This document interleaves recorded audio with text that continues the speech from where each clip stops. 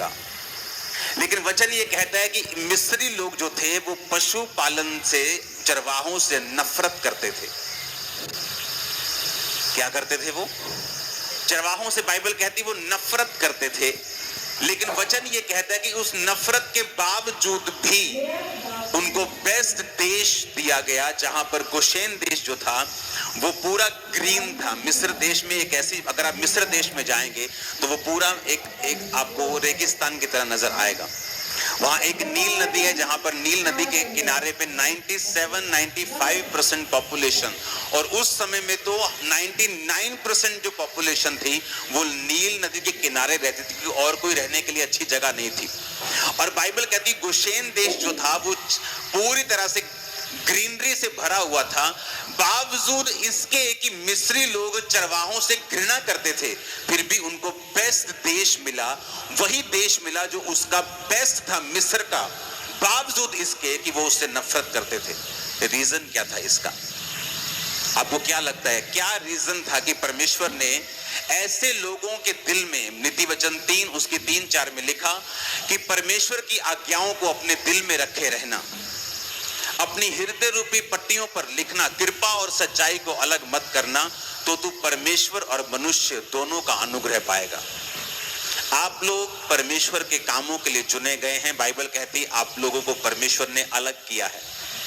पौलुस कहता तुम दुनिया से, परमेश्वर ने तुमको अलग करके तुम्हें एक बाउंड्रीज के बीच में ठहरा दिया है। तुम स्वतंत्र तो हो, लेकिन वो सब काम नहीं कर सकते जो अन्य जाति लोग कर सकते हैं, क्योंकि परमेश्वर ने तुम्हें आजाद तो किया है, पर अपनी आजादी को पाप के लिए यूज नहीं करना।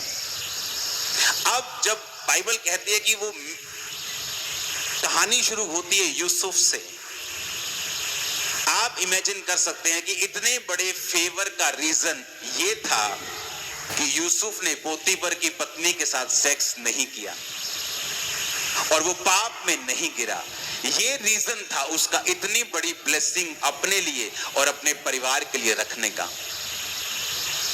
जब पोतीफर की पत्नी ने उसको अपने साथ सोने के लिए बोला तो बाइबल कहती उसने मना किया और कहा कि तेरे पति ने सब कुछ, सारा बिजनेस, सारा घर मेरे हाथ में कर दिया है, तो क्या ये सही होगा उसकी पत्नी पर भी हाथ डालना? और बाइबल कहती उसने मना कर दिया।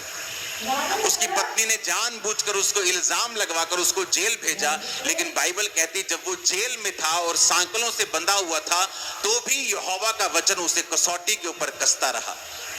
क्या आप इमेजिन कर सकते हैं, एक शरीर का काम आप और आपके परिवार और जनरेशन के नाश होने का कारण बन सकता है, और उसी शरीर के काम से फ्री होना आपकी और आपके जनरेशन की ब्लेसिंग का कारण भी बन सकता है।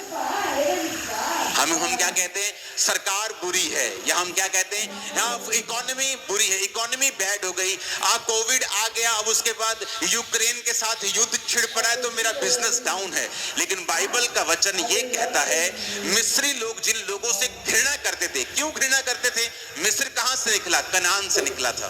कनान कहां से निकला? वो नूह के तीसरे बेटे से निकला था, जिसने अपने बाप को नंगा देखा था, उससे निकला था मिस्र। और इसीलिए जो मिस्री लोग थे वो थे तो इजराइलियों के रिश्तेदार, लेकिन अलग हो चुके थे, दुश्मन बन चुके, जैसे भाई भाई का दुश्मन बन जाता है। और जो इजराइली थे वो ज्यादातर, जिस तरह एसाव और याकूब बाइबल कहती है कि भेड़ बकरी को चरवाही करने वाला बना, और एसाव धनुर्धारी बना, वो युद्ध करने वाला बना, शिकार खेलने वाला मनुष्य बना। तो इजराइली जो लोग थे वो चरवाहे थे। इसके बावजूद भी कि एक पूरा देश, उसका प्रधानमंत्री, उसका राजा, उसके लोग उनसे नफरत करने के बावजूद भी आप इमेजिन करो जब वो उस देश में जाते हैं तो बेस्ट पोर्शन उनको मिलता है। आपकी लाइफ में बेस्ट पोर्शन खुदा आपको देने के लिए तैयार है। मैंने कहा आप अपनी लाइफ में बेस्ट को देखने के लिए तैयार हो जाओ। बस एक काम करना है। यहाँ पे मैं आपको एक ही वचन देने के लिए आया हूँ। ये वचन खुदावंद ने मुझे इस हफ्ते की शुरुआत से थोड़ा पहले दिया था, आज देने के लिए आप लोगों को। अगर आपने एक काम ये कर लिया, मैं आपको बताता हूँ, इकोनॉमी बैड हो, इकोनॉमी वर्स्ट हो, आपका देश यूएसए हो, सोमालिया हो, नाइजीरिया हो, इंडिया हो, कोई फर्क नहीं पड़ने वाला। आप बेस्ट हिस्से में रहेंगे इन जीसस नेम। आमीन। मुझे ऊंचे वाला चाहिए चर्च।